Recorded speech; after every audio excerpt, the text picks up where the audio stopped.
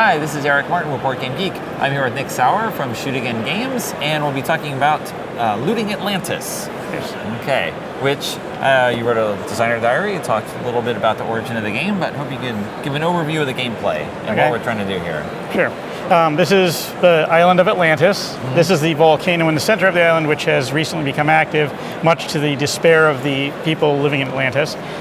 They're all fleeing to places like Egypt, China, or Mycenae, places that are a little far behind them. You and the other players are the more forward-thinking Atlanteans who, realizing that you're going to be dragging your family to a place that doesn't even understand what electricity is. Okay. That you better grab some high-tech equipment on the way out to set yourself up as a wizard in your new home. Okay. So the game is, what's interesting about the game is the players control both the lava as well as their own actions. Every That's turn. Convenient. Yeah, you control the lava.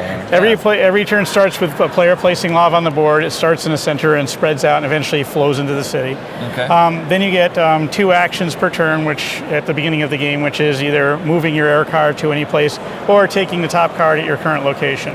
The cards themselves are the equipment you'll be looting from the city. Each location starts with 4 pieces of equipment, much like this, and the entire board is, all 80 cards are spread out in the entire board like that. So there is no hidden information. Just randomized and random, yeah. So every game is going to be different, and all the information is available at the start of the game. Okay. So there's no hidden information in the game.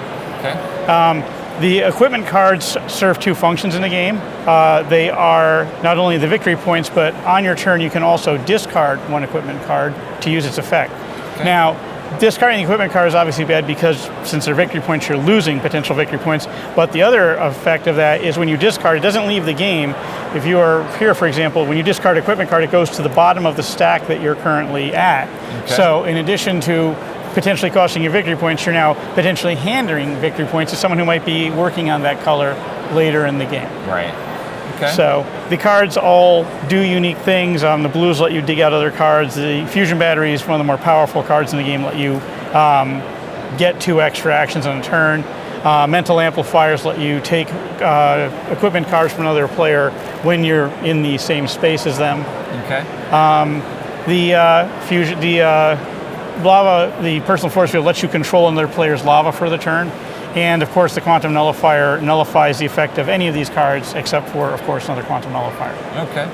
So the game basically goes along like this. So eventually lava hits the city of Atlantis.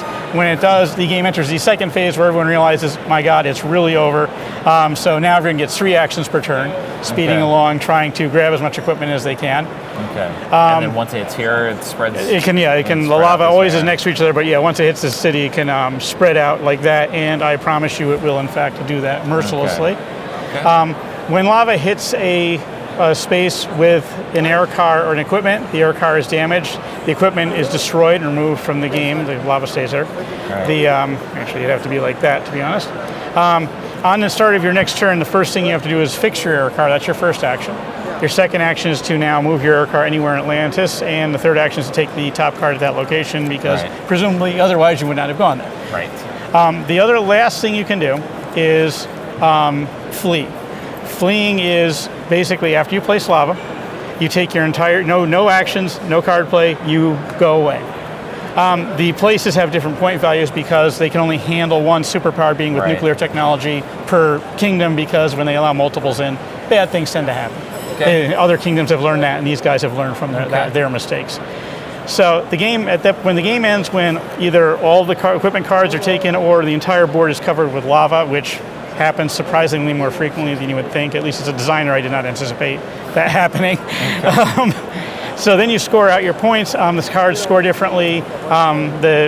These are just 7 points each. These are 5 points unless you have some of the sets of these. They increase the value of those. Right. The quantum nullifiers, the fusion batteries, our sets that are on the card.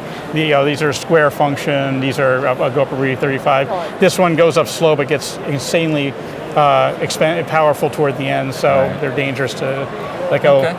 And that's basically the game. So you add up all your points, including points from many places you fled to, and the player with the most points wins. All right. Very succinct. Thanks very much for the overview. Looting Atlantis.